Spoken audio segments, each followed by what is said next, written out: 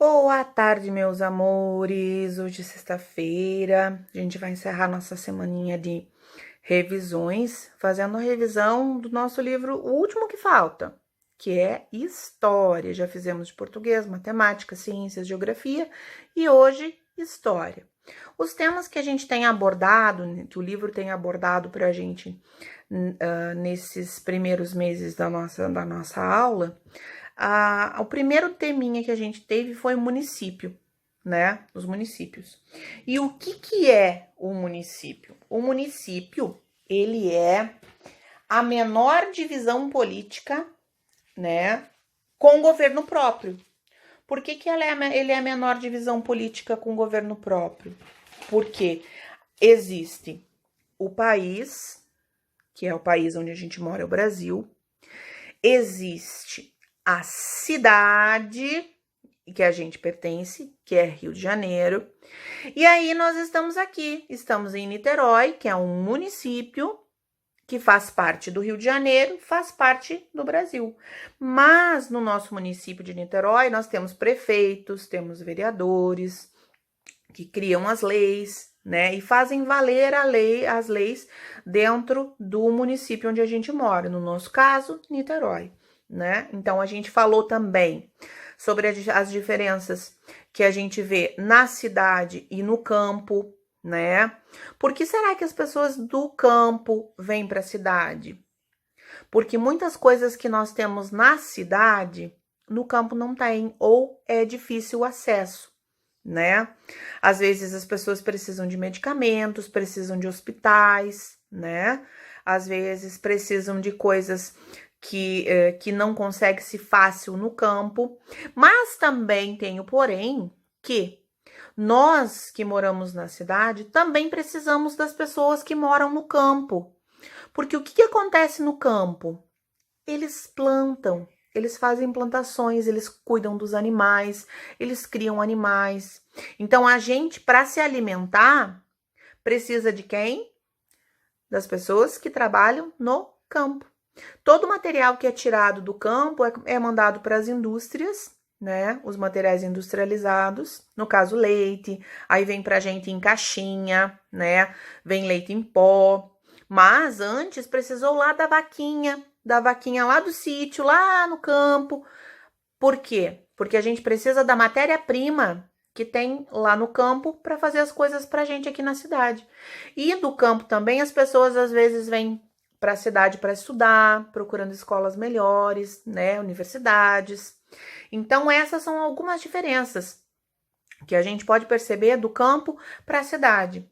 Outra coisa que a gente vai falar também no nossa história, a gente comentou sobre algumas cidades brasileiras, né? A gente contou a história de Brasília, como foi a fundação de Brasília, né?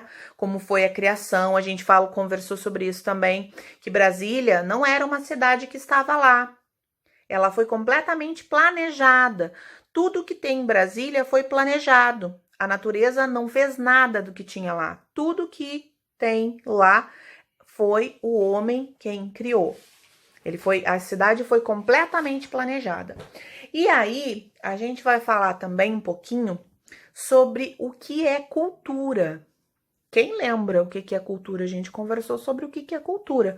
Cultura é tudo aquilo que envolve arte, conhecimentos, crenças, hábitos que nós temos e que a gente aprendeu na nossa família, né? E cada país, cada regiãozinha, até mesmo aqui no Brasil, cada região do Brasil existe uma cultura que está naquela região, né?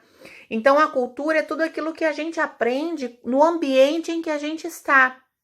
No caso, vocês aprendem com a família, com o vovô, com a vovó, aprendemos na escola também, né? Tudo que a gente adquire, o conhecimento e as histórias que a gente adquire, tudo é cultura. E aí, dentro da cultura, a gente vai falar sobre o patrimônio cultural. O que é o patrimônio cultural? O patrimônio cultural é tudo aquilo que tem valor para um povo, que conta uma parte da história, né? É tudo aquilo que marca a história de um povo, né? Tudo isso é patrimônio cultural. E dentro do patrimônio cultural, nós vamos separá-lo, o patrimônio cultural separa-se em três. Patrimônio cultural material, que é aquilo que eu posso pegar, por exemplo. Aí a gente entra, pode dar um exemplo bem concreto, os museus. A gente vai para o museu e aprende tudo aquilo que conta a história e que a gente pode tocar. Mas, além do patrimônio material, nós temos o patrimônio imaterial. O patrimônio imaterial é aquilo que está ali, mas a gente não pode pegar, a gente pode ver, a gente pode sentir. Por exemplo, as danças. Aqui, um dos patrimônios culturais aqui do Rio de Janeiro é o carnaval, que é um tipo de dança onde todo mundo se diverte, em que todo mundo gosta e conta uma parte da história do Rio de Janeiro. Assim como o frevo, né, em Recife, Fortaleza, né? Então, existem vários outros elementos em cada região do Brasil para que conta essa história. E aí nós temos também um terceiro tipo de patrimônio cultural, que é o patrimônio cultural natural. Ele é o quê? O patrimônio que a gente identifica como um patrimônio que a natureza nos deu e que a gente deve cuidar e deve preservar. As reservas, a floresta amazônica que a gente conversou, né? Que passa por vários países, que é muito extensa. Então, são coisas que a gente precisa cultivar e cuidar para que as outras gerações possam também usufruir, né? A gente vai conversar mais um pouquinho sobre isso, vamos fazer exercícios na nossa aulinha online e qualquer dúvida chama a tia na agenda Edu, ok? Boas atividades!